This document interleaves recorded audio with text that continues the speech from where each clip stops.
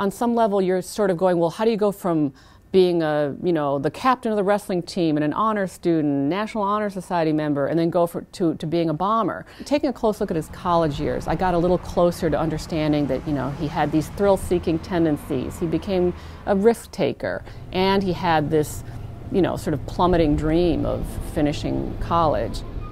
I think he was a little too laid back. I mean, so he would do his homework, but I mean, he gets like in the class that we had, if he gets a bad grade, it really didn't bother him. Sometimes, I'd ask him, "Oh, did you do the homework?" And he would say no, and it didn't seem to really affect him. He had dismal grades. He sold marijuana, and as we've been told by, people who knew him well and knew his drug business well, I mean, he sold, he took in like $1,000 a week, which is quite a bit of money. But the final dot is to okay, how do you go from a kid who had a profound sense of failure, had no trouble taking risks, came from a very troubled family, you can put all that together, but then you can say, well, there are a lot of people who have that too, and they don't become a bomber. It seems to me, obviously, there were probably a lot of other psychological things at work that even he would not reveal necessarily to his closest friends. I knew, then my first thing is think back, how did I miss this? If this was all, this was all brewing and he was doing this and thinking about this, how when I lived with him did I not see a single sign of oh, that's a little suspicious. People felt that, yes, Tamerlan was the mastermind, that he was almost like the bully that ordered Jahar to do this.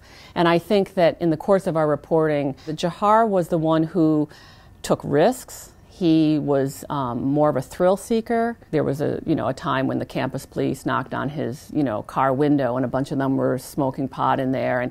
And he had this way of charming officers out of thinking that he was up to no good, or that he would be the kid they would give a break to. One thing I felt in reading all his Twitter postings and talking to his friends is that I think Jahar has a very keen mind. Tamerlan came out to be definitely more of a religious zealot and more politically ideological, but he also came off as more psychologically disordered toward the end.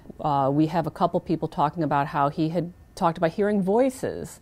As to saying who is in charge, I think I couldn't say, but I think that what I came away with was a feeling that Jahar was a voluntary participant. Looking back at it when they were doing the whole manhunt, the weirdest part was that he was wearing one of the sweatshirts that I saw him wear wear a lot, and it was just kind of weird, how is this happening where I know who this kid is and I know what he looks like, and I've seen him wear that before. It just made it all so surreal.